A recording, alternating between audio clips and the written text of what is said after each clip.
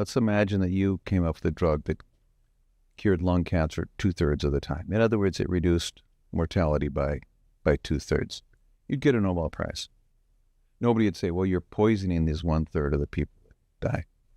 So here we are saving, let's say, 1,000 lives per year. But in spite of that, there's maybe at least one a week that's dying regardless. And if we have some time, I'd like to talk about the horrible health conditions of the people that do die resisting arrest. There's an innuendo that somehow the weapon is electrocuting those people, but it's not, because they have so many comorbidities that they're just not going to survive the fight. Well, that's why it's totally unfair to have this electrocution innuendo. Well, and let's talk at a very high level.